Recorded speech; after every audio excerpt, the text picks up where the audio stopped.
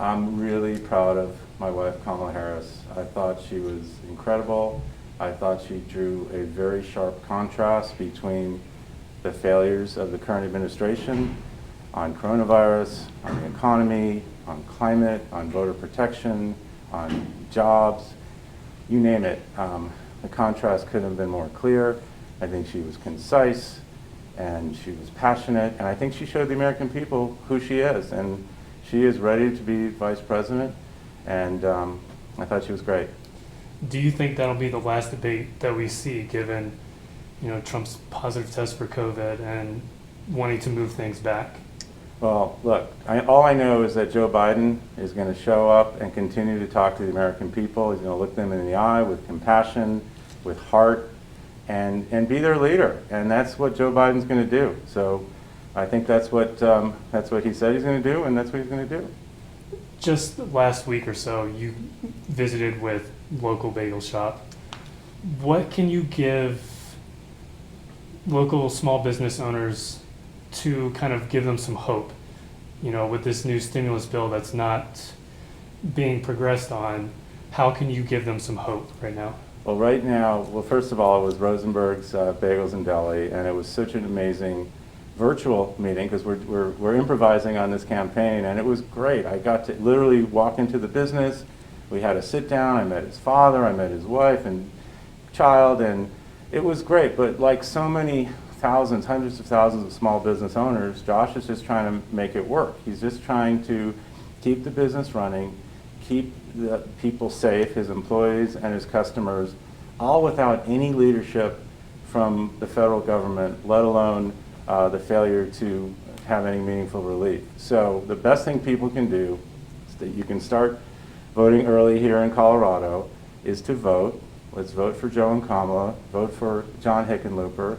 Let's get the White House, let's flip the Senate so we can get a functioning government there that's looking out for the people, all the people, the American people, including small business, who not only need financial help, they need direction. They need leadership from up on top, because what's really compelling, going around the country, talking to small business and everyone else, everyone's just trying to figure it out for themselves, and that's just wrong. And that's going to stop when Joe and Kamala get elected. We could be sitting for another 3 months without some sort of stimulus bill or support for these small business owners. Are you guys prepared day one to move forward on this and negotiate? Absolutely. But again, it's imperative to get a functioning government, so that's why it's so imperative to elect John Hickenlooper here in Colorado and flip the Senate so we can actually have a government that's working for the people. But yes, you've got COVID, which is their failure on COVID has tanked the economy. So we've got to deal with COVID so we can deal with the economy. And those are the things that Joe and Colin will be ready to do on day one.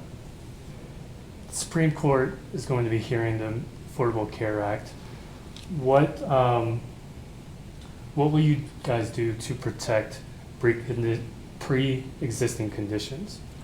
So as you mentioned, the Trump administration is in court right now trying to take away the Affordable Care Act and pre-existing coverage for millions and millions of people. Kamala Harris talked about it last night. Joe Biden has talked about it. I'm telling everyone everyone I can talk to, that's what this administration is doing. Vice President Pence and President Trump are talking about a plan that will cover pre-existing conditions. There is no plan. They would have had it by now. They want to rip the Affordable Care Act away. So look, again, we need to elect Joe and Kamala, flip the Senate, and then they're going to build upon the Affordable Care Act, improve it, increase it. But none of that happens unless they get elected and we flip the Senate. We can start dealing with these issues.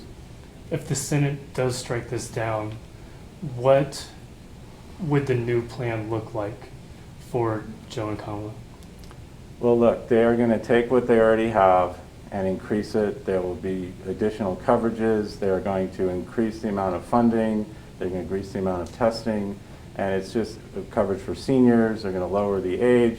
The plan is at joebiden.com. And it's probably easiest if people just go online, check it out, do the research, and you're going to see that they'll have something that's very good now, because when I'm going around the country, people actually depend on it, it's working, and what will be in the future will be all that better. here in Colorado, we've had a record number of acres burned due to wildfires.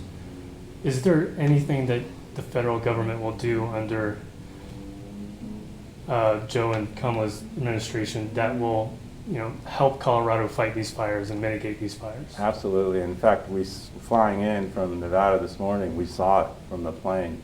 I'm from California. My brother's actually a firefighter in Northern California, so it's something that I've lived with personally. Kamala took time off the trail to go visit with Governor Newsom in California.